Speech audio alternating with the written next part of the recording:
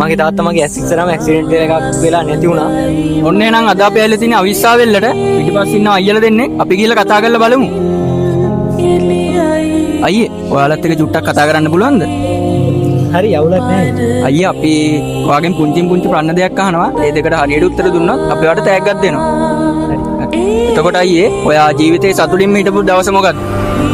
ඇත්තටම තාත්තා මට බයික් එකක් අරන් දීපු දවස් ඒ දවස නම් කවදාවත් අමතක වෙන්නේ නෑ මම. තාත්තට ආදරේ එල කොල්ලෙන්නේ. එතකොට මම තා පුංචි ප්‍රශ්නයක් අහනවා. ඔයා කැමති නම් උත්තර දෙන්න පුළුවන්. එතකොට අයියා ජීවිතේ දුකින්ම හිටපු දවස මොකක්ද?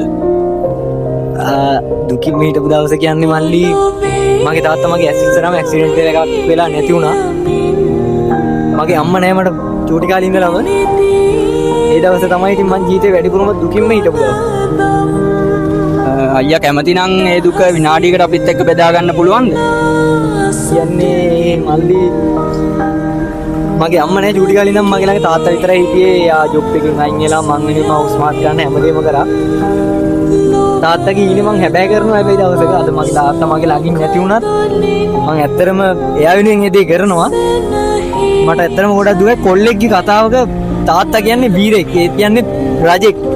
ඇත්තටම මගේ මුළු ලෝකෙම කඩන් වැටලා තියන්නේ අයියේ. ගොඩක් දුකයි. ඔයාලත් කවදාවත් ඔයාලගේ අම්මටයි තාත්තටයි දුකක් දෙන්න එපා. ඒ දෙන්න ජීවිතුන් අතර ඉන්න තාක් එයාලට දුකක් දෙන්න එපා. සතුටින්ම තියන්න.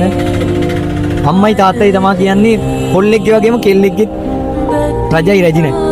ඇත්තටම ඔයාලත් කවදාවත් එහෙම කරන්න එපා.